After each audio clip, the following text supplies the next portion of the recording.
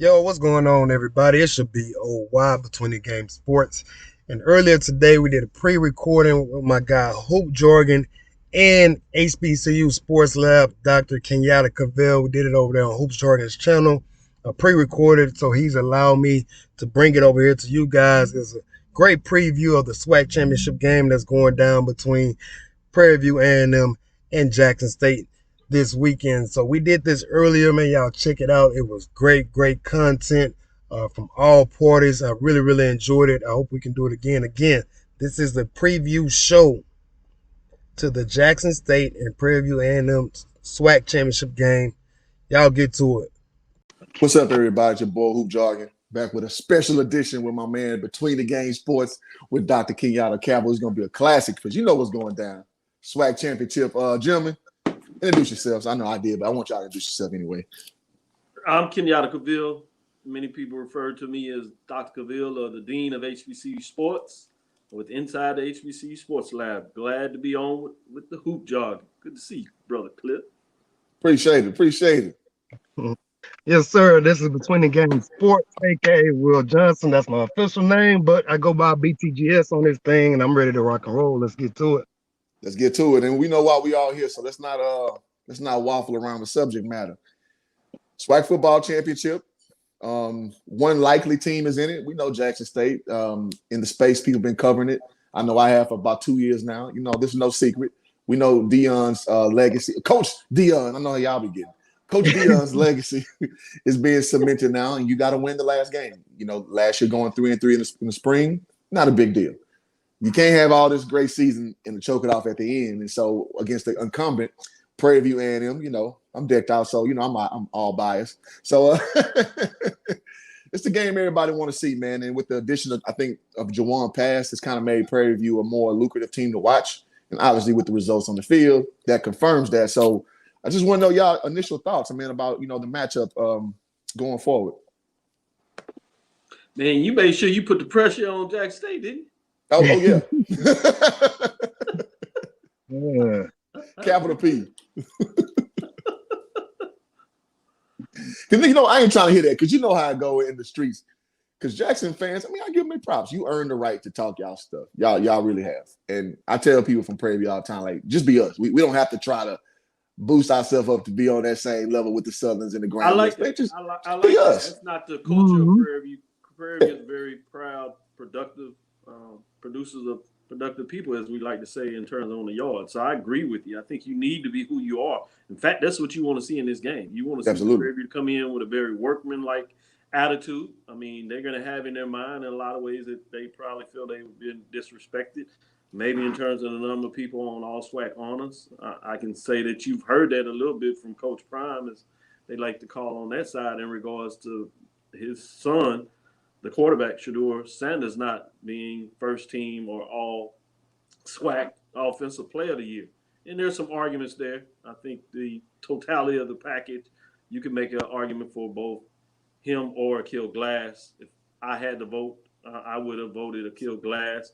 I can admit I would have been a little bit maybe off from the standpoint that I would not just look at this year. I would look at the total trajectory of that. But to get back to your original premise in terms of this matchup, at the end of the day, anybody that's truly about football understands that this game will be dictated based on the offensive line play. And as we get in this conversation, I hope to be critical about the line play that may provide some people not understanding more of an edge to Prairie View than Jackson State in terms of the offensive line, although they have been able to get it done. And so, as you said about their fan base, they have a rapid fan base. If you look historically about Jackson State, it is uniquely positioned as, for those, particularly in the African-American and Black community, the institution, the athletic sporting institution of that state. And so that is why you get a rabid fan base. Plus, you add in, historically, they've won over a long period of time. Mm-hmm. Recently, not so much, and that's why you had this coaching trend.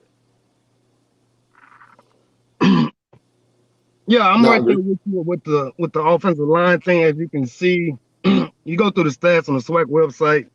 PV has only given up 17 sacks, and Jackson State has almost given up 30. I think they're sitting at 30 sacks. So the offensive line play will be very, very interesting when you have a guy like James Houston, who's second in the SWAC, and sacks, who can provide pressure.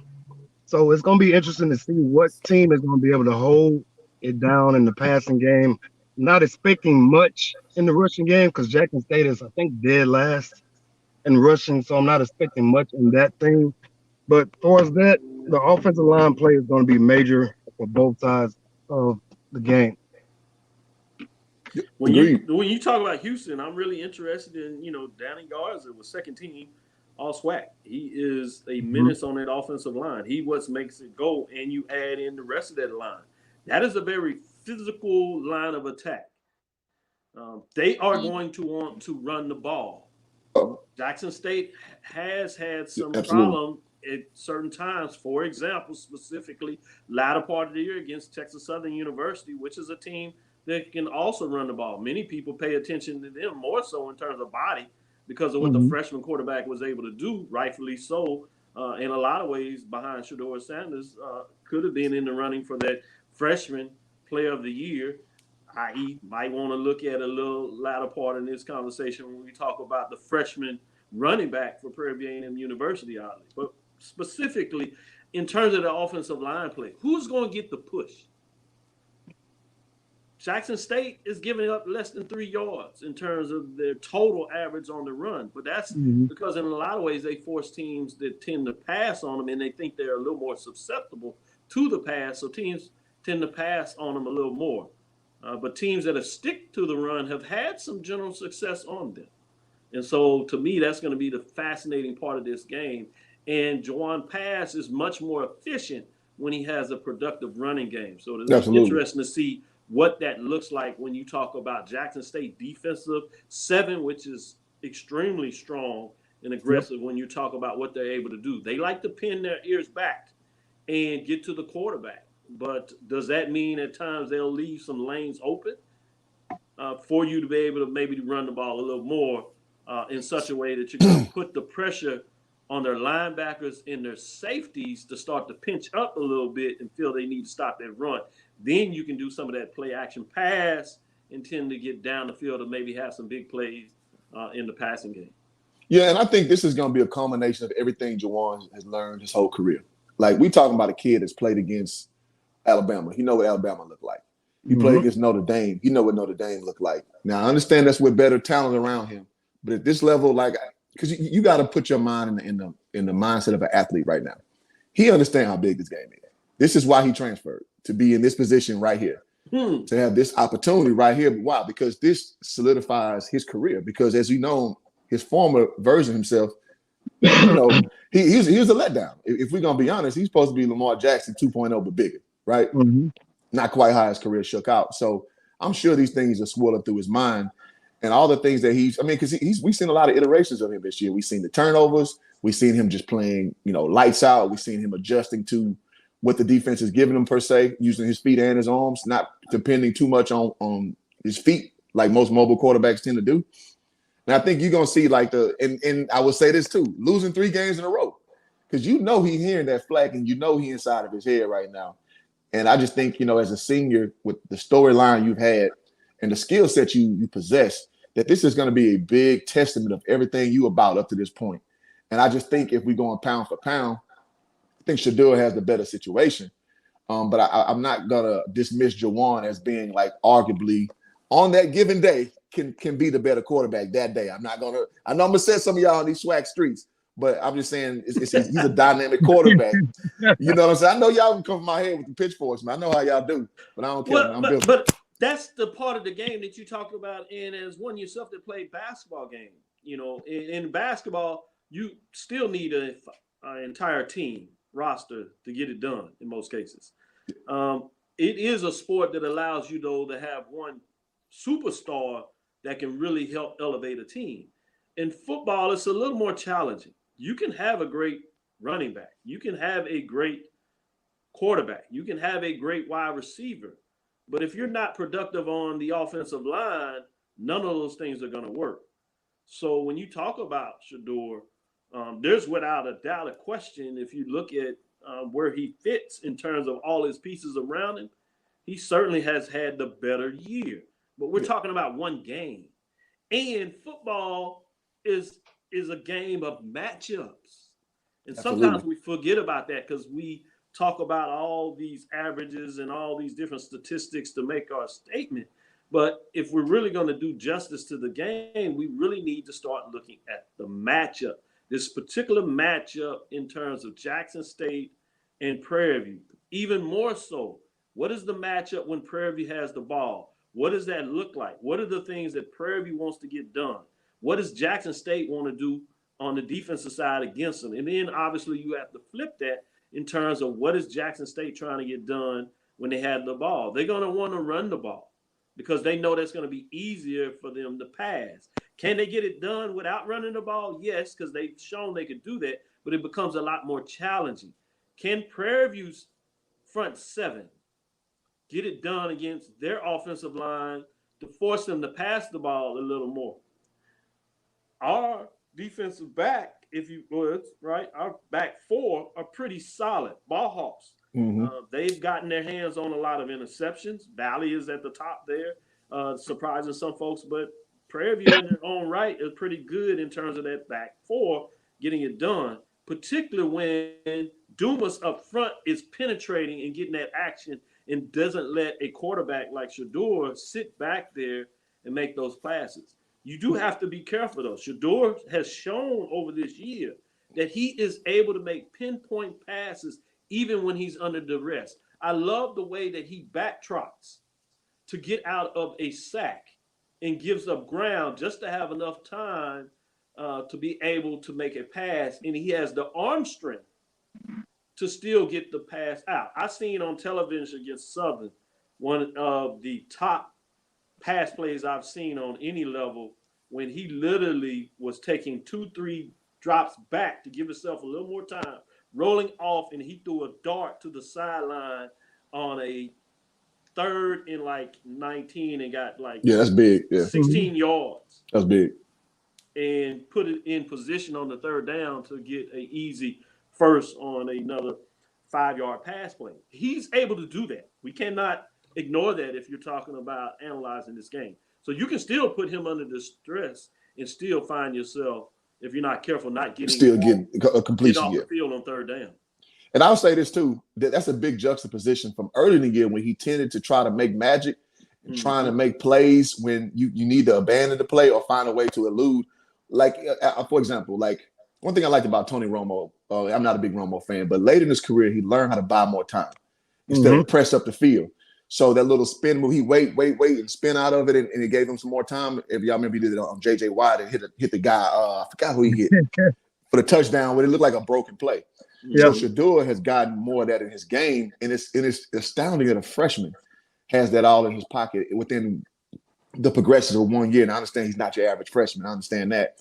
But I can just remember those early games against FAMU, against Valley. He just was pressing, like trying too hard, too quick. And if you just again trust your mechanics, you trust your play to materialize, and you'll see where he is now. The later iteration, which is he's dangerous even when the rest, is at his front door. What I love about Shador is that he doesn't make your typical mistakes from a quarterback standpoint. He only had 5 interceptions on the year for a kid to come in like that. And, your father is a Hall of Fame person. He's one of the most recognizable football players ever. And you to still be able to perform under that type of pressure, knowing people are wanting you to lose every single week, knowing people are wanting you to fail, and he still only had 5 interceptions on the year, that just shows how smart he is, how he's able to take the crossing routes. I've done about 5 or 6 Jackson State games, something like that, and I've seen him continue to hit that guy across the middle. And I don't know if he's playing or not, but this is going to be a big if for me. If Malachi Wyman is not playing, that really, really hurts Jackson State because he's, 2nd or 3rd in the conference in receptions or something like that, and touchdowns. So if he's not playing, I expect Warren Newman to kind of step up. He's always my X factor because I don't think ultimate X factor, absolutely. I don't think I anybody like can that. hold him. I can give you an update. He will play. It was a 1-game suspension from the fight. Okay. And so he'll be back for this game, not an injury. Yeah. In terms of playing. And I want to say I'm in Tennessee State, not Valley. So I know y'all coming from me in the comments. Let me correct my statement. I like it though. You know what? I like it because the HBCU community has accountability with this, and that's why we cover this. Like it needs to be like this because if you look at any other conference, man, people are very passionate about their teams, and I'm glad that now with this Deion era, that is like that in these streets. Let me say that as we keep going forward. Yeah, and I would say that it's been out there, but he is heightened. Oh yeah, for sure. Many more people to talk about the SWAC that weren't necessarily talking about the SWAC. Now, some of your blue bloods, if you would, in terms of fans, they don't necessarily like that. I think it's important, as you're pointing out. The more coverage, the better. And the fans just need to keep people accountable about the details that they don't see out there. But frankly, I like it. But back to some of those players when we talk. But before you go, Yada, before you cook, let me say this. Because we some of the OGs been on the SWAC page, being on those little factions where you get a lot of infighting, you get a lot of stuff, and people to say the least. People telling me I don't know shit, and I literally was coaching at Prairie View at the time, but I don't know shit. All right. So right. But I don't know that. They act like you can't draw a play. You like, man, we run the play every day. And the thing that's hard about it, I know this had to drive you nuts. You see a play, you know a play was called, you practice a play all week, and they will argue down that that's not what you called. Like, man, it came out of my mouth. It's a timeout. They can read what you said. They still gonna be like, nah, you ain't call it. What are y'all basing this stuff on? That's what I always say. What are y'all basing this stuff on? Because man, but it gets back to your point. I'll hand it back to you. They're fanatics. They're fans. They're fanatics. So sometimes we have to take that for what it is. They're passionate, but they're fanatics. They're fans. So it doesn't mean they're experts at their craft. And sometimes we get that confused. Yeah. That just because you are a fan of something and you may have played a sport when you were in high school, and some of y'all even in college, doesn't mean that you're an expert when you go into coaching, which is a whole different level of trying to understand the game.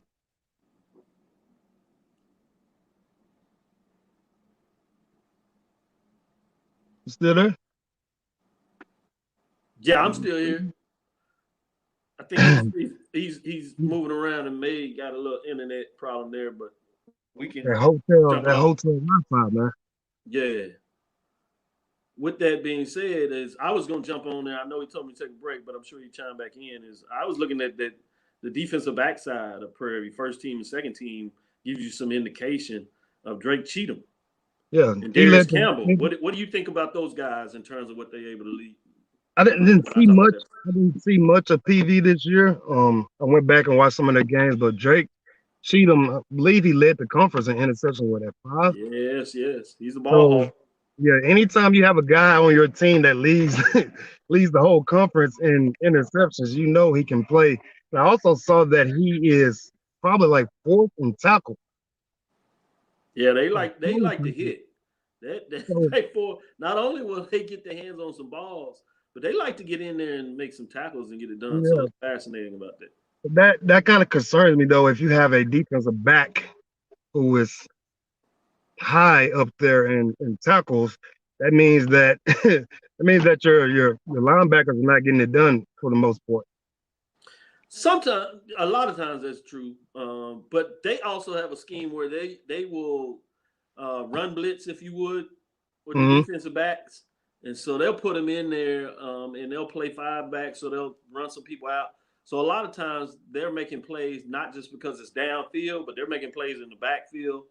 At the line of scrimmage. So they use a mixed hybrid in terms of how those players like to play in the linebackers. Now, there is a concern in terms of the linebacker with Prairie View, as a couple of them are nicked up based on what happened in the Texas A&M game. So that'll be interesting to see the depth have to be played out in this game for Prairie View. Yeah, speaking of that A&M game, I was concerned about that. You go in there and you lose one. Who did they play before A&M? They played Alcorn down on the road, and that was that game that they lost on the controversial call, a fumble late in the game. that was not called a fumble, that was called down, and then they decided to review it, and ultimately it was ruled as a fumble. People are still talking about that in terms of legendary SWAC plays on the road where those things happen. But as the record would say it, they lost that game, and they came back and played Texas A&M in terms of that, and they got beat up in part of that game. They didn't play players necessarily long, but they had some folks that kind of got beat up in that game, which was the reason in a lot of ways against Valley. Like they didn't play 4 offensive linemen in that game. They didn't play Dumas in that play. He could have played. So they held a lot of folks out, especially as they came back to halftime. They saw it as a 1-game all, and they were like, okay, if we can get it done with our backups and a couple of the starters in the game, they'll do it. But if they can't get it done, they understood that they were going to do it in a loss. So a lot of folks psychologically, maybe they're talking about the 3 games in a row, but I don't even look at the Texas A&M as a game. You weren't supposed to win the game. I don't understand why we would focus on that. Obviously, it's on the schedule, so part of the record does say they had lost 3 in a row. But to me, the focus is the last game they played was some seriousness, was on the road at Alcorn, where it went down literally to the end of the game. And that's the type of effort that I believe you're going to see from Prairie View this weekend. Hey, sorry about that, gentlemen, man. I had a phone call come in. It just knocked me out. So looks like it was a seamless transition. So appreciate y'all for that. Yeah, it knocked me problem. out. But I'm with you, like, because now I will say momentum does matter.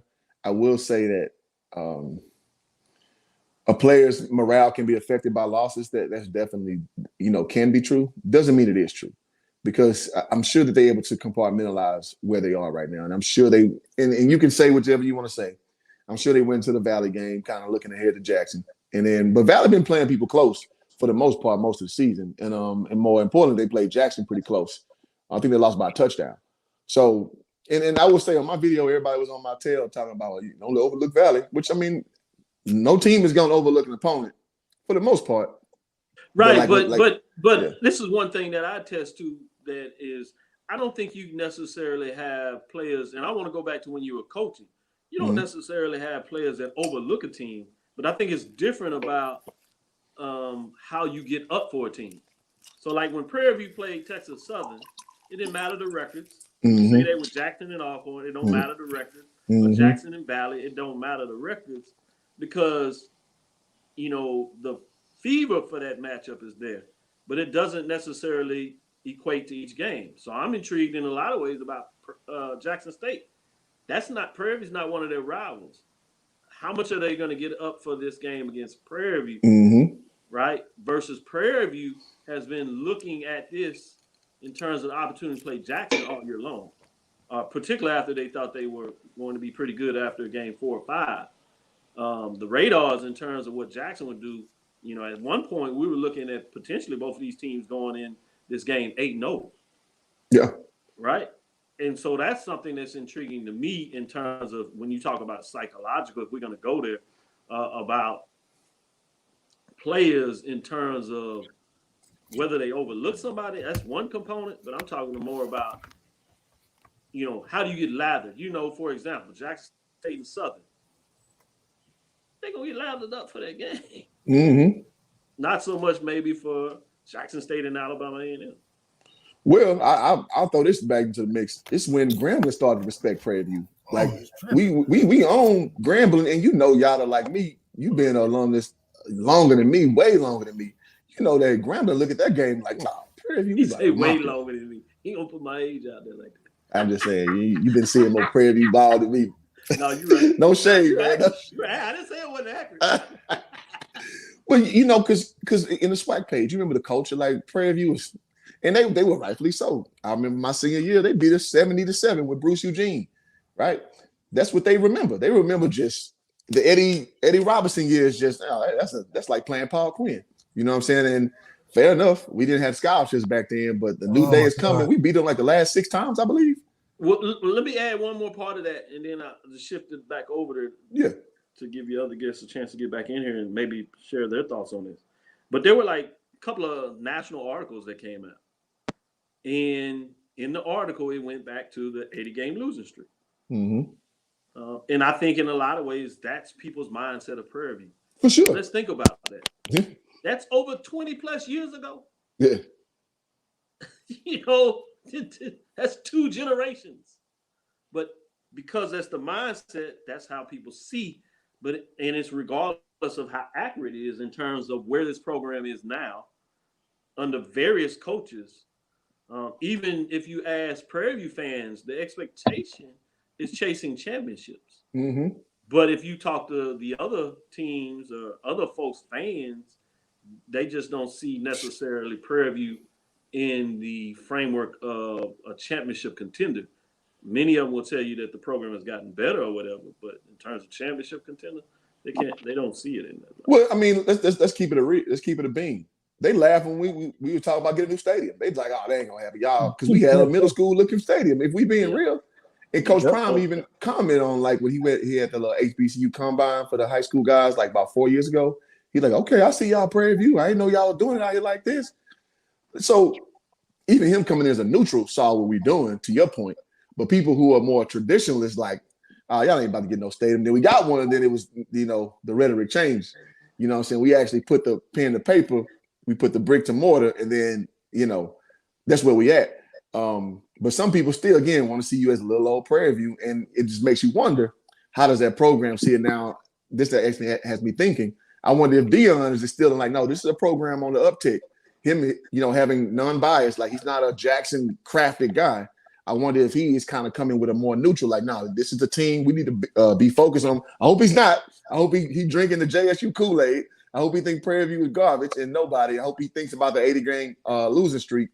But I hope so, because if that's the case, I hope he slips up and puts some sound bite out there. And I hope he coming in and just chew him alive. But I know he's too shrewd. He won't do that because he's too smart of a guy. But he put that one out there. But this is you got to be able to separate from Coach Prime. Coach Prime is brilliant, one of the best in the business about this. For sure. In terms of marketing the brand, the program himself. And he put that out there because he was one of the first to say, man, I don't know who did Prairie View schedule, but thank him. God bless him is what he said. Yeah, I did a video on that. It's like 5K views. I say all this to say, I guarantee you that's not what he's saying in practice this week. Hell no. If he's smart. He's smarter than that now. He's talking about, hey, you better do your assignment. We're serious about this. And I would say this also about Jackson State. And this is courtesy of Charles Bishop, the pregame show, in terms of what they get done. They focus a lot on themselves. Prairie View does that too. And I think that's another thing on the media side, if we're not careful on, is most teams focus on themselves. And one of the biggest things, and it gets tired when you're trying to do an interview. I was on each of the Monday interviews for both the MEAC and the SWAC when they do their football press conferences every Monday. And regardless of the way you try to chop up a question, the way you answer it, they'll answer it. But you talk about a matchup and you ask certain things, like 9.5 times out of 10, coaches will come back. We're going to focus on ourselves. This is about what we do. We're going to try to do what we do. Now, they're not talking about schematically, but that's what they sell their players. And I imagine as a coach, when you were coaching, while y'all watch game films and you were telling the player, this guy goes right, all right, this guy goes right 60% of the time, or he shoots from this angle, take away the 3 on this. You had those schematic things that you were doing, but most of the time you were working on yourselves. This is what we do well. This is what we need to do in terms of our game plan. And so I think we also need to be aware of that as well. Yeah, and I will say in specific, and Will, I'll let you go. I know you've been kind of holding tight. Our whole thing was like, we know what we do. We lock in. We know our defensive principles. Nothing's going to change. We just may need to tweak it for this guy. Tweak it for, making it real. We played Trey Johnson at Jackson State, second leading scorer in America. We knew we had to switch principles a little bit. We know when Trey get the ball, he get the focus. We played Breon Rush at Grambling, third leading scorer in America.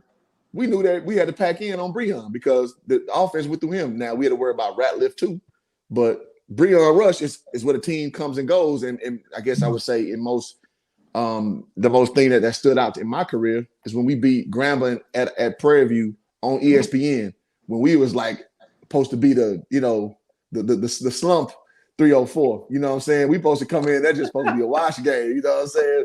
And we beat them on national television is because we had that approach. It's like, yo, we know who we are. We've been dropping games, but this game, we know this is what they run. We're going to focus on Breon. We're going to take him out of his comfort zones, but we can still stay where we are. And we end up getting upset that nobody saw coming because that year we won 2 games in conference, and one of which was against the best team in conference. You know what I mean? So, and it wasn't just happenstance because he had an off game. It's because we were locked in, and we saw it as a national game. We didn't want to get embarrassed on TV. At least that was our mindset in the locker room.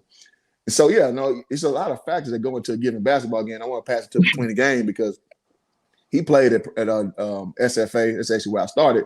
For you guys don't know my story, and he know how it is in the trenches as well, man. So I want to turn it over to you, bro. Yeah, man. When you're coaching, there's only so much you can do for us having a scout team. Like there's little nuances there and there, but you have to worry about what you can do, what your team is built on. That's what our coaches always talk about. Yeah, we're gonna do this for this certain guy, but as long as we stick our head, our coach was a defensive guy, you know, Casper. So yeah. Very well. So as long as we play our defense, then 9 times out of 10 we were going to be in the game. So when you're going through practice, you can only correct what you see, what's in front of you. You can't really worry about what the other team is doing because again, you can only do so much with a scouting report, with film and breakdowns and that. But if you worry about yourself, it's going to keep yourself in the game. Like, be you is what I tell players all the time. Be you. Don't worry about nothing else. Be you. Play your game, and you live with the results after that. Do your job, man. I want to ask both of y'all to comment on that because I think the fans would like to know about that in terms of getting in the locker room, you know, between the two sports. When you're breaking down film and creating your game plan, are you looking at tendencies from players? You know, obviously what plays they run and things of that. And so you want to be able to defend certain things. But oftentimes what I've come to learn is that you're trying to see tendencies from players so you can maybe be able to do some things to neutralize their tendencies. Not so much of saying like, all right, we got to flip the script. They do all this kind of stuff. So we're going to do this now, although we practice all this other thing. Now we may have 3 or 4 different defensive schemes that we do. And so one may be better for this particular matchup. So you focus a little more on that. But I would like to get both of y'all's perspective in terms of going into preparation for a game. Yeah, I'll jump it off. It's like, man, it's a cliche that everybody says, and it's so true, though. It's a game within a game. Mm-hmm. You learn surface level. Yes, you want to know the sets they run. You want to know the plays they run. That's off rip. You want to identify those things because it'll tell you, tendencies, as you know. Now, each player got their own little flair, so you got to know how they may deviate a bit or what they may ebb towards, as far as, personnel is concerned. It's funny thing, I remember playing against Baylor University, and my boy, I'll leave his name out of this. He didn't run the play right, and one of the guys, his name was Rogers, I think his last name was. He was like, "Hey, bro, ain't you supposed to cut right there?" He was like, "Oh, my bad, man." You know what I'm saying? Like that was the sentiment.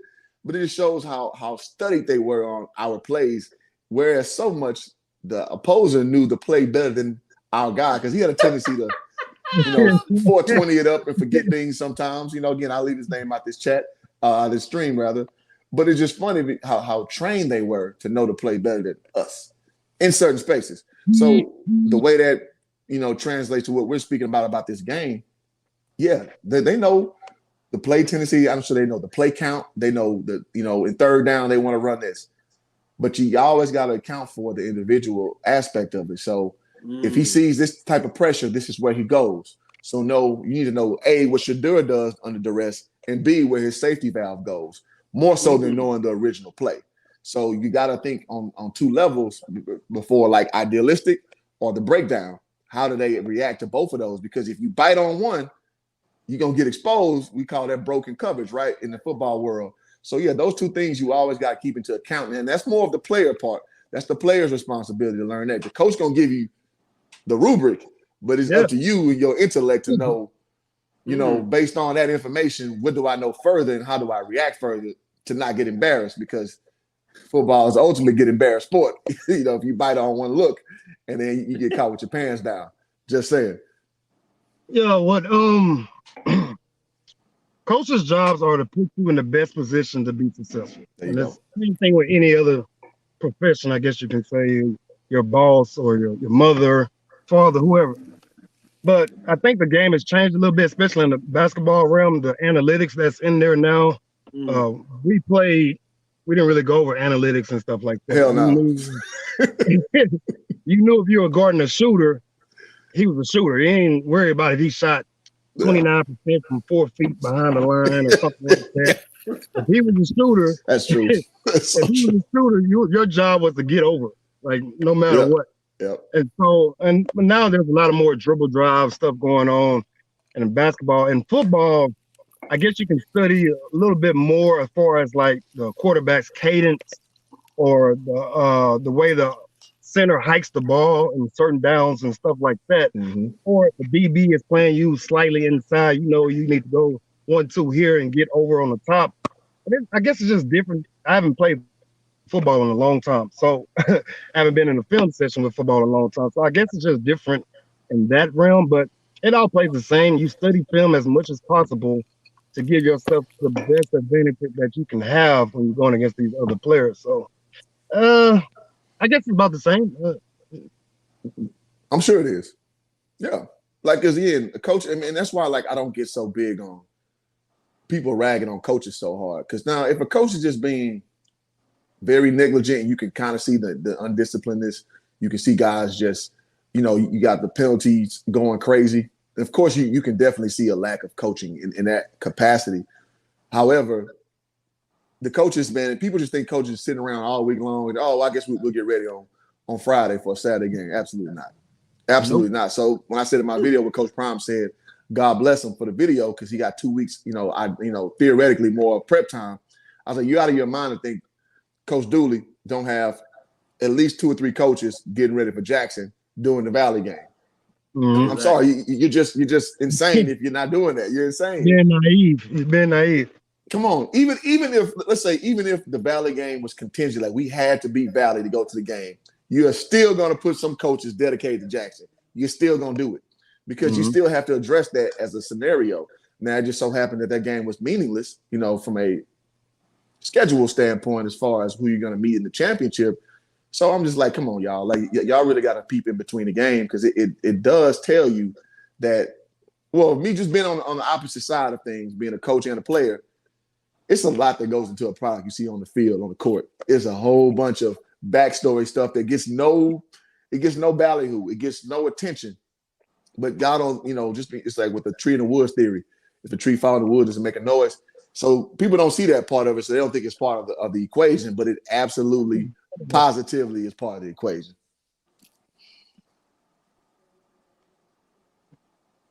Yeah, so that's all I got on that. Now, I want to bring up, too, now, defense, Prairie View, people are sleeping, man. We number 3 in conference in defense, man. So I think if it was a team up for the task to control that powerful Jackson offense, at times, it's us. And I know we're talking about ball control, too. I think it's going to be a big thing that's going to have us. Now, I don't want to be biased, which I am biased. I will fully admit I'm biased. I want Prairie View to win. I want them to smack them. I don't want to just win. I want to smack them. But I know we playing against it. We playing against a hell of an opponent. For you Jackson people, I know y'all going to be on this string. I do respect y'all to the highest order, but I still want to smack y'all. I don't care. So so let's talk about a little bit, scenarios. We've been kind of going through them already. Mm-hmm. But what should – so we know Prairie View needs to run the ball. We know that. And we do run the ball well. Let's say the freshman from Pearland, we brought him up earlier. Let's say the run game is not going well, man. What other alternative is Prairie? Because we lost our receiver last game, right? Yeah. He broke his ankle at the end of the game. Right. Which kind of gives credence to us playing the late schedule. So I know people are going to jump on that. But it's like with sports, man. No, yeah. I mean, I think there's legitimate to this. But that's the challenge of sports in itself. Absolutely. As the schedule was made out a couple of years before. In fact, this particular schedule actually goes back, oddly enough, as you talked about the stadium, it goes back to the agreement from the Texas A&M system to set up games between Prairie View. It was a 2-game partnership where they were essentially finding a way to give money from the system to Prairie View to help supplement building the stadium. First game was $450. This last game was $500. So essentially $1 million. Mm-hmm. So this game had been scheduled moons ago, and interesting. Instead of playing it early, they played it late because SEC likes to have a game before their big rivalry game, but they like to do it against FCC. You've seen that with Alabama playing these certain teams. Tennessee State, in fact, played Mississippi State. Interesting. It happened to be for them. It was their last game of the season. So next year when the schedule flips, Prairie View will go to Mississippi Valley, but it will actually be similar to what you've seen with Jackson State. It'll be the week before Thanksgiving. So this was just one of those quandary things. Prairie View did what was necessary to put themselves in position to run for a championship. So it became one of those conundrums in terms of how it worked out.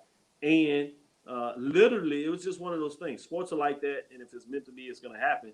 It was essentially on the second to the last play of the game, oddly enough. Yeah. So, more than anything, prayers goes out to him to make sure he has a full recovery as he's moving on, most likely to his second chapter in life.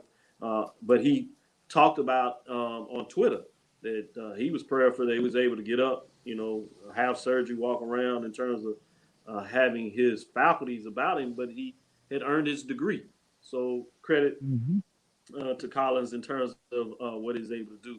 But one of the deepest positions at Prairie View are the wide receivers. Yeah.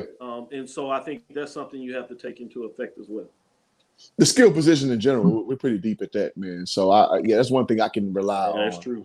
And that is not always running backs as well. Yeah. Now, what receiver was this? Is this Mr. Collins? What's his name? Collins. I think it was Mullins. Yeah. Antonio Mullins. Collins. Yeah. I think it's Antonio Mullins. So you're down. Now Prairie View doesn't have Mullins. A receiver in the top 10. Mullins was your best threat. He led the team with 3 touchdowns, 47 catches, 570 yards. Now, I'm concerned with that because if this is your top receiver, that's your top playmaker in the wide receiving core, how are you going to deal with the guys like a Shiloh, who doesn't get enough credit, in my opinion? Then you got, what's his name? They call him Nugget, I think. Nugent. It's something like that. So these guys are heavy hitters. The Jackson State fans call them some headaches or something like that. So it's going to be interesting to see if those wide receivers can create separation, knowing that front seven of Jackson State is going to continue to bring pressure. I would expect Prairie View to probably do some draw plays, some quick screens, wide receiver screens, switch it up, got some plays that they probably ain't ran all year in the vault that they got to try to switch it up, because you got to slow down that front seven. You got to slow down Houston. You got to slow down Mr. Miller, Aubrey Miller, who I think had an argument to be on first team. That's a different story. So it's gonna be. I'm ready for this, man. I'm ready for this game. I agree with all of it. I think you've lined it up perfectly. The only thing I would say about in terms of the way they played the game is they really spread the ball around. So, unlike Jackson State that has the go-to guy, big play guy, Malachi, in a lot of ways, I don't think that's really the case for Prairie View. They tend to spread the ball around. So it'll be interesting if they can continue with that formula with the man down to continue to play. I do like the way Jackson State hits people, but they are susceptible to the big play because of that. They don't necessarily go for the interception. Nope. They like to hit you and light you up. But also when they do that, while their front seven is really good in terms of making plays and tackling you don't do it against the front seven. Their back four are a little more vulnerable in terms of if they don't knock you out on that hit, that they don't necessarily wrap up. So you can kind of continue to move forward because they like to make the big play in terms of those film plays, as you said, headaches, as they like to call it. So it'll be interesting to see how that plays out in terms of sometimes that can get you in trouble a little bit. Well, it's indicative of the personality of the coach. The coach is a big play guy. Dion wasn't a wrap up tackle, just get off the field kind of guy. Dion was, I'm trying to intercept and take to the crib. And like you were saying about what a coach instills in their players, you be a damn fool to think that that's not an element of what Dion puts in them, because it's high risk, high reward, you know what I'm saying, kind of situation. And I think that they ruminate in that spirit. They ruminate. That's why, like, in my opinion, a team that's, and I know because KJ Black, coaches, former Prairie View legend, last time we went to the SWAC championship, he was our quarterback, which we won. KJ, and I know Coach Simmons, they got more of a subdued, and the way he explained their style is 3 yards in cloud of dust, where basically it's methodical.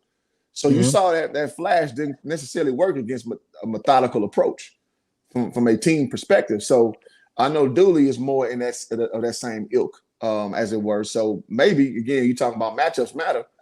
Maybe this is the ultimate, situation of flash versus, get the job done.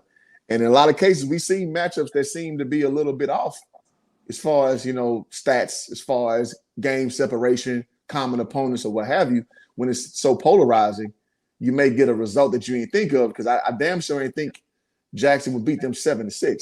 I damn sure ain't think that. I don't care how young Shadul was in his career. All those guys you got, on the defensive side. Now, as we've learned, the O-line is a little sus. However, you know what I'm saying? Like, nobody saw that, because in the spring before then, Jackson was lighting people up with what's the man, Jalen Smith, I believe the brother name was. So Jackson had firepower the year before. Yep. You know what I'm saying? So it was very unpredictable to see a 7-6, but you see the two opposites, they kind of balance out because they're opposites. So I wonder if we'll see a little bit of that going for us today. Well, that game had very bad weather conditions, so I'm gonna put that out there. That's fair, but I mean, they both at the same point, and Jackson been starting slow on a lot of teams. So I mean, that's kind of been their calling card. And FAMU all year long.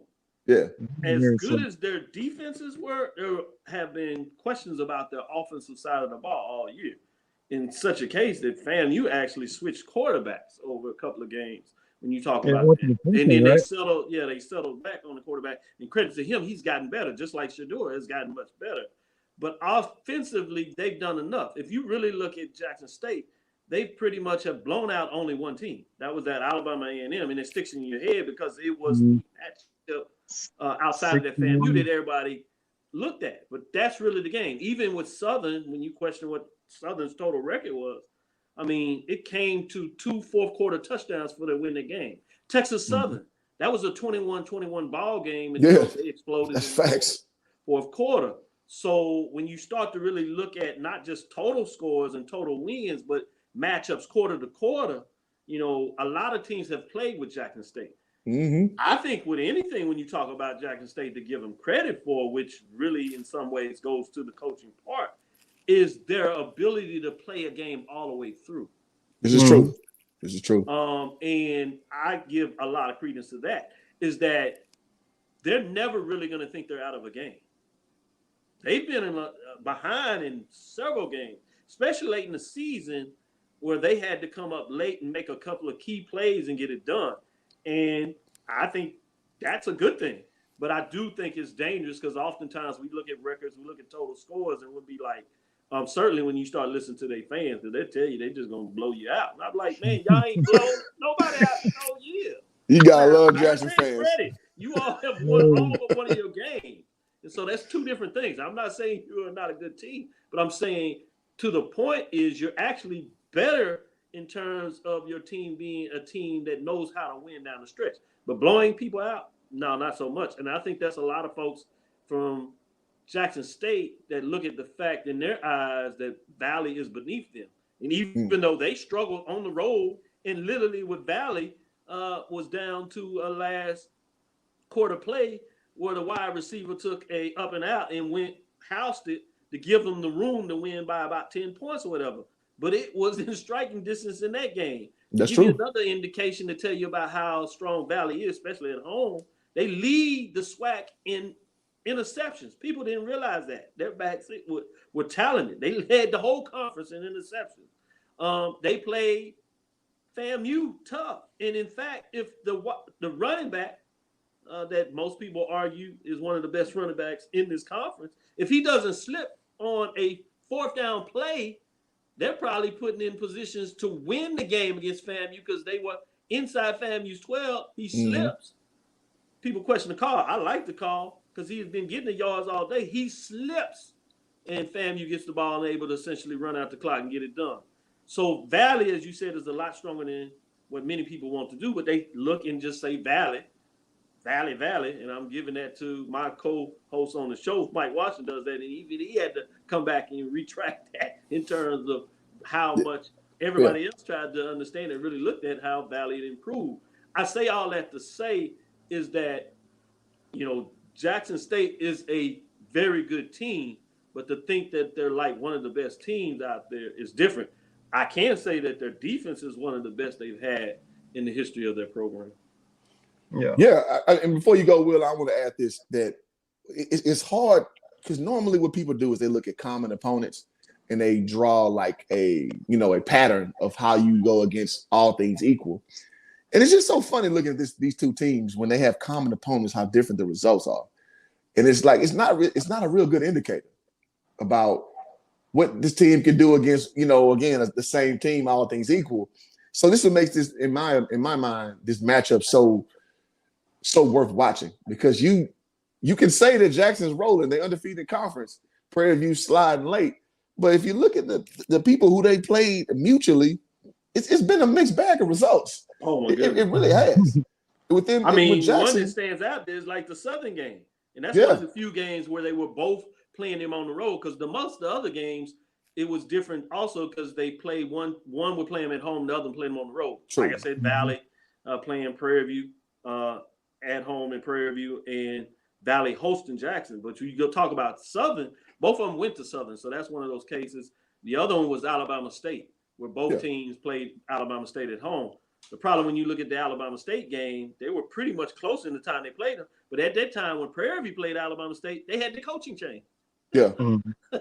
Versus Southern, when they went down there, Prairie View was able to run over Southern. It was close for a half, and then they pulled them out and had that big. But or TSU, well, it wasn't a game ever. You know what I mean? I understand it's week one, but we beat the dust off them. You know what I mean? And so, so it's crazy. Texas, and you can't look at that to me, because if you talk about Texas Southern, that was before they made the change with quarterback. Mm-hmm. That's fair. That's fair. So I'm like, it leaves a lot of question marks though in the thing though. So that's what I'm saying. It's not a finite about what team faced what, even though there's a lot of common opponents. I do want to say that. Go ahead, Will. Well, like I said, I've done a lot of Jackson State games because I'm a huge Deion fan. Been one since 90. No. Coach Sanders. Don't call him Deion. Yeah. Hey, I got a lot of Jackson State.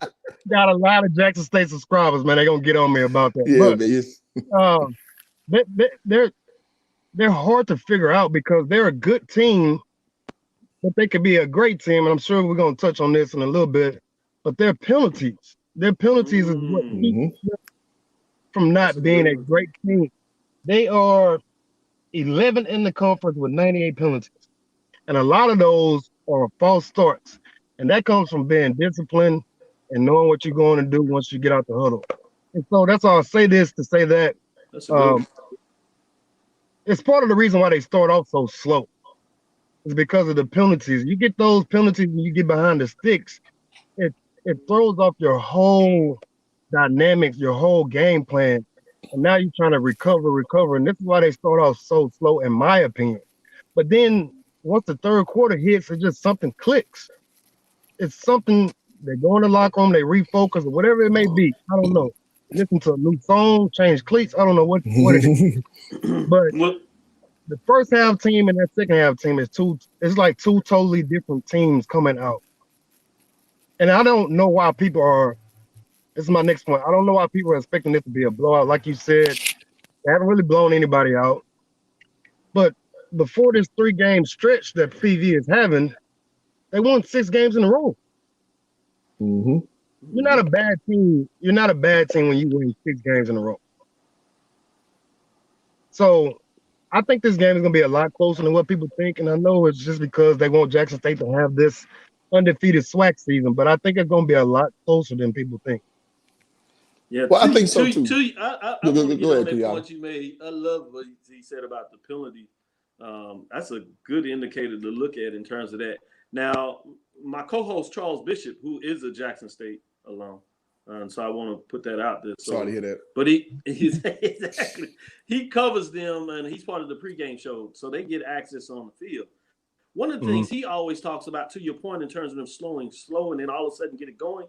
He says they have this feeding frenzy. So it's interesting. Is like once one make a play, it's like they galvanize and you get multiple plays. So to your point, they make plays in bunches. And so it may start off slow, or they may make in that Alabama A&M game when they blew them out, it was total. But if you remember, they made those plays early, and then they also made a bunch in the second half totality. But that is interesting to me when you talk about that fact that they do have points in the games where they get on these feeding frenzies. So the opposite of that, getting it back to you, Cliff, in terms of you pushing it back, is can Prairie View do enough stretches to not let them get in this piranha feeding frenzy, if you would? Yeah, and I think a good stat to reference is that we're the number 3 team in efficiency. So we don't turn the ball over a lot, and we don't get penalties a lot, which is very new to me because growing up watching, I mean by growing up as being a part of the program, watching, our football team out there, that whistle gonna keep going early and often. It is what it is. And I made a video about this before the season, like in the swag, you're gonna see a lot of whistles, of penalties. And we've done a good job of being more efficient. Obviously, the numbers show. So these are caveats we got to understand and to appreciate, in the sense that we're cognizant of, like, these things play in a given football game, not just the numbers like you led in earlier, Yada. Like, these little small idiosyncrasies definitely show you what a whole 60-minute football game looks like, because we control the clock well too. That's something we do a really good job of. So Jackson play another clock control team. I get is week 1 with FAMU. So you may see more of what you saw week 1, even though both teams are quote unquote best versions of themselves at this point. But those things matter. Like you said, with the feeding frenzy mentality, that's more of Deion's personality, like all of everything, because he put his career on that, and it worked for him. That talks about the depth of the running backs. When you talk about Stewart, Brooks, even obviously the quarterback, Jawan Pass, he'll run a little bit, but Mosley, Antoine, deep in terms of giving you running backs with different styles as well. Absolutely. Yeah, what you saying, Will? I'm looking at it now. Prairie View is number 5 in time of possession. There you go. Time of possession. That, like you said, with that freedom frenzy, are you going to be able to keep up if Jackson State gets on that roll like that? No. If they get the rolling, I don't see that. It can go from a really close game at any part of this game, and if they go on that frenzy, it can get ugly pretty fast in terms of that. That is not the type of ball game that Prairie View wants to play. They want to muddy it up. They want to slow it down. They want to allow Jackson, if they make a play here and there, that they don't get into that feeding frenzy. That is a big play, they come back, whatever, and then stuff it out. If it gets rolling, they're in trouble. But historically, Prairie View hasn't allowed that. Jackson State has had that. So, again, that's one of those things where you're going to see something has to give. Shedeur gets hot. Yeah, he as I said earlier, there's one thing about Shedeur, his game, and he's gotten better over the year. For sure. He is there. What I think, to his credit, that you want to watch in this game is he's really good about dissecting the game. So early, he may not see things in a certain way, but they'll give it to him, they'll look over stuff, and he'll start to figure it out. So to me, you're going to have to be able to change some stuff on him. Make sure he sees multiple looks. Make sure that you don't give him the same type of look throughout the game, because although he's a freshman, he's sharp. He's been trained, groomed for this his all life. They like to call him QB1. And so from that perspective, he will pick up things and he will learn it. So if you do that, you'll be in trouble. But the opposite of that happens. If you mix it up he's shown you that there are some ways that he can get in trouble, and he will, not a lot of times, but he will give the ball away in terms of throwing an interception. When you get that interception, you got to make it count. What he's been able to get away with also is, though, if he does get in trouble, his defense has been so good that keep him in the game. Has time to figure it out later in the Absolutely. game. Right? Because his defense has kept him in all the games. Yep. And I would say this too, to try to put an exclamation point on what I was saying. We're actually the second least penalized team in the SWAC. So we're a pretty disciplined ball club, man. So that's those things you got to take into account, that we aren't going to be out of character. We're going to be who we are. And that definitely makes a lot of I juxtapose that to my Cowboys, man. We seem to always find a way to make the wrong play at the wrong time, and it costs us valuable possessions. And I think with this Prairie View team, you see a team that they're locked in principle. And sometimes principle can overcome talent, man. We've all played.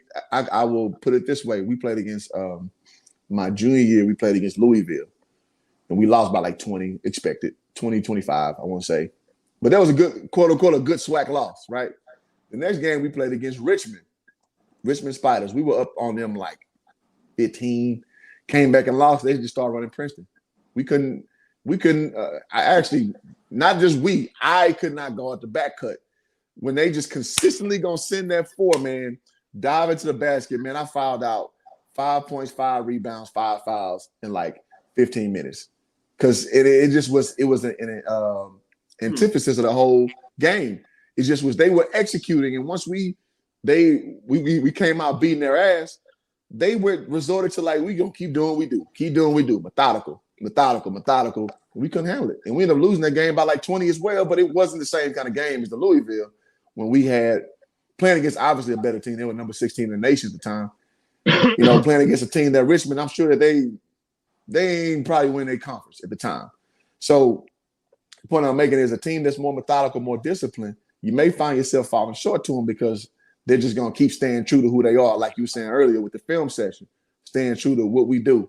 And what you do is more discipline. You can surprise a team with obviously more talent, more athleticism, more ability if you just stay disciplined and don't let the referees, quote unquote, manipulate the outcome of a result of the game.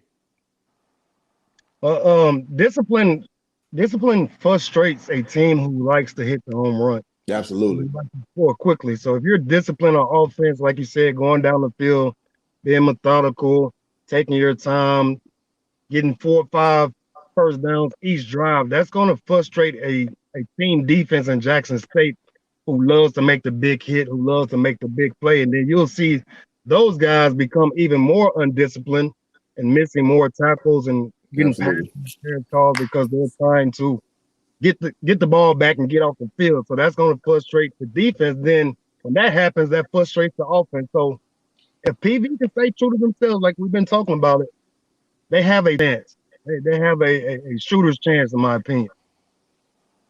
I'm with that. So let's land the plane on this show. Y'all, I know you got to head out to Jackson State, Jackson, Mississippi, where all the pink Cadillacs and the old players with the yak reside. That's Atlanta. That's where you at. Well, Jackson a baby Atlanta, so in That's all true. them Alabama places. That is true. Yeah. So man, let's land the plane. Let's go with let's just. I don't see now. I like doing this on my show. I don't like this one for this game, but I'm gonna do it anyway. I'm gonna stay true to what this brand gives you. Let's go with predictions, man. What do you predict for this game? Who want to go first? Who wants to be the? I'll go first. Oh, man. I'm going. I'm going to put everybody in solo mode, too, so you can own what you say. I think I'm going to go 31-24 Jackson State. 31-24 Jackson. All right. 31-24 Jackson State. I think that Shador is just going to make a play late in the game that's just going to kind of seal it. Maybe he has 3 touchdown passes, maybe 1 rushing. What was that? That's what, 28? Field goal. Plus a field goal. So I'm going there. 31-24 Jackson State in a tough game. In a very, very tough game. Okay. Y'all, what you got? I'm not into the scores, but I usually don't do predictions. But I You don't am have to, man. invitee, so I'll give the prediction in regards to this. I think it's a little lower score than what you said there. Same here. But I'm gonna go with the upset. I think it's gonna be close, but Prairie View finds a way to hold on and pull it out because Jackson State is gonna be chasing from behind in terms of the clock because Prairie View is able to run the ball. Stretch out the game and keep Shador off the field. But he's just not going to have enough to get it done in terms of the clock running out. So Prairie gets it done. You know what? I'm going to break protocol. I'm gonna take the weenies way out because I can't put that bad juju in there. I can't because my head obviously says my heart obviously says Prairie View. My head says more Jackson. Mm-hmm. If those two entities fought, I'm going to say, much to Yada's point, it's going to be more like a FAMU type of game. Because I think the mental lapse that Prairie View's gone through, you're going to see that culminate into it. Because I think, in my opinion, I think they got up for the A&M game, but close and often you saw that, you're just playing an inferior product. So I've been there. It is what it is. I lost to Texas. University of Texas by 71 in a Prairie View uniform. So I understand. I lost to the University of Florida by 60. I understand. Because those games we were hyped up before the game. And then once you saw the talent separation, you're like, all right. It is what it is. It is what it is. You learn the difference between professional. So to juxtapose this properly, Texas had LaMarcus Aldridge, PJ Tucker, Boobie Gibson. They had 3 NBA players. Florida had Torian Green, Chris Richards. Oh, you may know him, Joakim Noah, freaking Corey Brewer, Al Horford. You may have heard of him, and then Maurice Space. They had 6 NBA players on their team. So that's between them two teams, 9 NBA players. So I'm not upset that I got my ass throttled by those 2 programs. Let me say that. You just got to be realistic at some point. So I say all that to say, I don't think they're demoralized like people think. I think the Valley loss was just a byproduct of who Valley is. Valley is a hard-playing team who they've been in it with a lot of teams. Mm-hmm. So I'm going to say it's going to be a low-scoring affair, lower scoring affair. I think we're going to run the ball, and I think this is perfect grounds for the underdog, who in my eyes in a normal giving year wouldn't be an underdog, but this year is an underdog, can get the victory. That's what I'm going to say. And I hate this because I want Jackson to run the table because it's good for the brand of HBCU. But it's unfortunate, damn it. You played against Prairie View. I'm sorry. It ain't my problem, goddammit. I want to add that, too, that I think for the brand in the HBCU, it would be better for Jackson, but that's different. Yeah. Sorry. You went against the wrong opponent. You changed my loyalty lines, and I'm going to hold a rope. Close game. I think Prairie View can pull this out, man. I know you don't come for me in these comments, but that's my logic. Take it, leave it. You know what? I'm cool with it. I'm cool with the vitriol. I'm cool with the blowback. I know it's coming.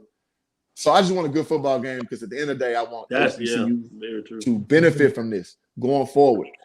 This is the big thing. Like we led in with, we didn't have a lot of attention in the social media space, like in certain pockets, like Kenyatta was saying earlier. Yeah, it was there. It's always been there. But for mainstream social media entities, this is very important moving forward. And so I just can't say how I'm so happy that this is going to be on ESPN too. And I know SWAC championship games have been on there before, but I think this is going to be one of the most watched. This is the most watched one. Not even close. So this is good for the space. It's good for the sport. And I wouldn't even be surprised if they flip us into ESPN1, man, at some point. So we'll see. Well, no, you know what? Actually, I think the SWAC championship game been on ESPNU. So I don't think it's been on 2. So this is on ESPN2.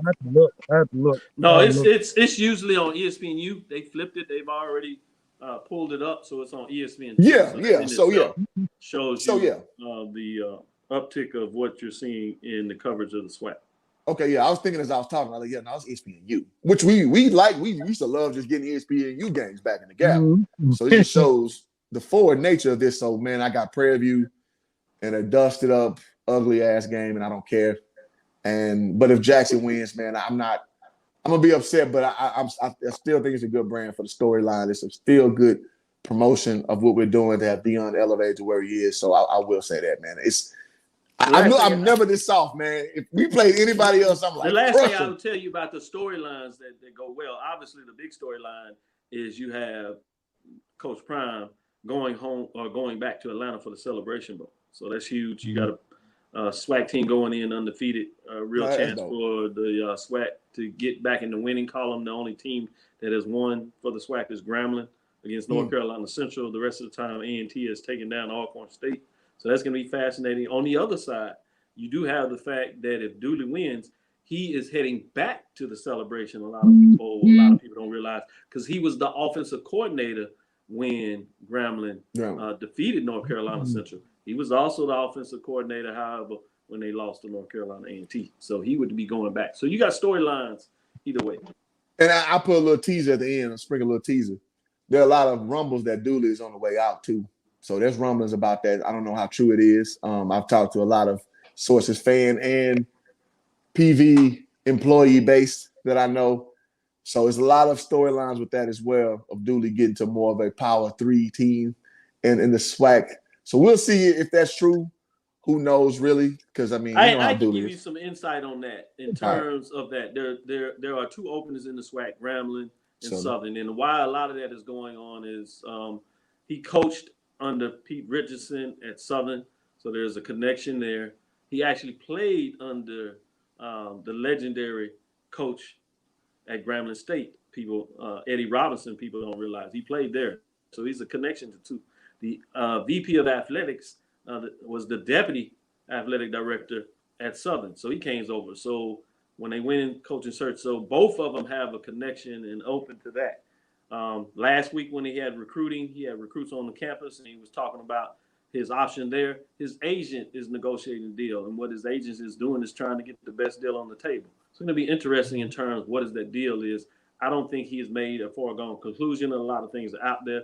I think he's going to weigh his options, for sure, which any good individual should do in regards to who is going to give him the best opportunity to continue to win championships in terms of resources, years on his contract, and obviously the total amount. And that I can tell you unequivocally, that hasn't been made yet from any of those institutions, because he's made sure that they understood they had to wait until this game was played. Fair enough. And that's where the legal stuff becomes what it is. And if Coach Dooley bounces to go to Southern, I don't blame him. It's just a big entity, man, again. But at the end of the day, Prairie View is Prairie View. I will say this, though. If he goes to Southern, it's not going to be a financial thing. It's going to be because of maybe the brand or whatever. Oh, yeah. But the financial backing in terms of being in the Texas A&M system, I can assure you that Prairie View has the money in terms of, and they've already put a significant offer on the table in terms of what that looks like. Again, his agent is doing what an agent does. You've been in in terms of your contract. He's trying to negotiate for the best contract. That's different between what's out there. That's and fair. When you're in a competitive market, when you have other folks who have your service, what does that do with what you put on the table? It drives it up.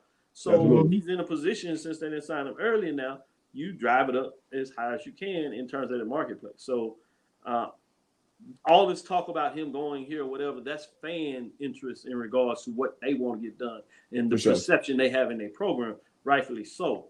But don't not be mistaken that he has a great deal of respect for Grambling. So even if he goes and leaves, it's not assuredly it's going to Southern. It could be much as anything going to Grambling in terms of their support. He has a great relationship with the VP of athletics there, Dr. Travion Smith. Again, he would be going home to his alma mater. He played for the legendary Eddie Robinson. So in some ways, there's a bigger connection with him going to Grambling than the Southern. Man, quick before we go out, how do you feel about Eddie Robinson Jr. going to Alabama State? I think it's an intriguing hire. I think he won the press conference, credit to him. I think he's a very smart player. It's going to be a lot. Did you see somebody like him? It's really going to be about how does he fill out his coaching staff. The defensive coordinator played with him, so he's staying on. They were really good in defense. They were pretty solid in defense. They were just too up and down on the offensive side of the ball to really be able to see the defense flourish. Again, talking about Jackson State, just to make the tie-in, that was a 7-point game when it went in the half, 14-7, in terms of Alabama State, just to let you know how talented that defense is over there. So depending what he does to the staff, I think it could be a intriguing hire. Obviously, he has the connections in terms of NFL, so he'll be able to do that. He has the uniqueness that he played at Alabama State, so that's alma mater, so he knows everything about the state. He can sell the institution. I do think there are some fan bases that were looking at other coaches and other opportunities, some maybe a bigger brand than he is, and others that wanted to go the opposite route with the coach over there at Miles, to give you an example in terms of those finances. So there's some questions out there. I think ultimately the president made this call, and it's one of those things that we'll just have to see the maturation to see how he can get it done. And can he kind of jump off early and get some of those wins such that he can get the fan base to support him. But that is quietly another fan base that is pretty rapid. They just haven't had the sustained success as you've seen over the years. For sure. But if they get the rolling, that beehive, the Hornets down there, if you would, they will swarm. Yeah. Agreed. Did that game, that Jackson State ASU game. It was crazy. I think Alabama State has a bunch of young guys who just need to mature. That's right. If I remember correctly, all of their stat leaders are underclassmen, like redshirt freshmen, sophomores. So they got something going. They can get something going over there. That's right. Yeah, I can see it. I mean, Alabama, they got the facilities, they got the fan support, even like their basketball team with Trace Young, a part of that. You know, they've always been that way, man. And shout out to Coach Jackson. I don't know if he's even still there, but I've always liked him. And his wife was the coach of the girls team. She's still the coach of the women's teams. He is in a different role with the university, so he's still at the university. But okay, yeah. Always a good dude, man. I always like Coach Jackson, man. And so, no, I've always seen how that university moves as far as the alumni association. I've always respected Alabama State. You know, with the late Tavares Jackson, I remember him doing his thing, getting to the NFL, obviously. No, I've always liked what they've been doing. So that's a good hire for them, in my opinion. I just want to know your opinion. So, well, folks, let's wrap this up. Y'all, I know you got to hit the airplane. I got to go hit up this little mini event I'm hitting up out here in Atlanta. So any closing words, gentlemen, before we peace out? Yeah, let's get ready for a great game. Yeah, that's what I'm saying. I'm ready for it, man. Y'all know, Cliff, you know how I do on my channel. We're going to get it going this Saturday, man. I like to have people come in and have they back and forth banter. So the PD fans and Jackson State fans going to show up regardless. So, yeah, let's get to it, man. This is true. I'm ready. Appreciate that. We got to do this again, like a season recap or something. Absolutely. Sounds good. Absolutely, man. So I would leave it at this, man, of what I think about what's going on. One of my favorite songs, nice Christian song. Let's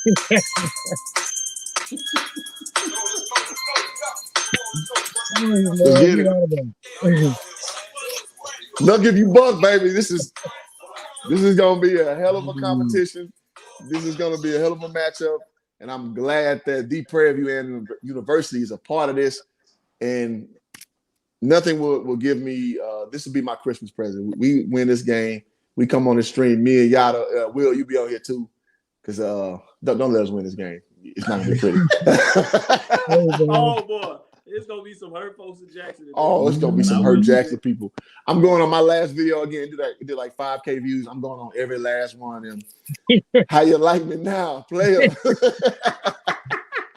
Already, man. All right, y'all, man. Appreciate y'all. Until next time, man. Peace out. Peace. Love.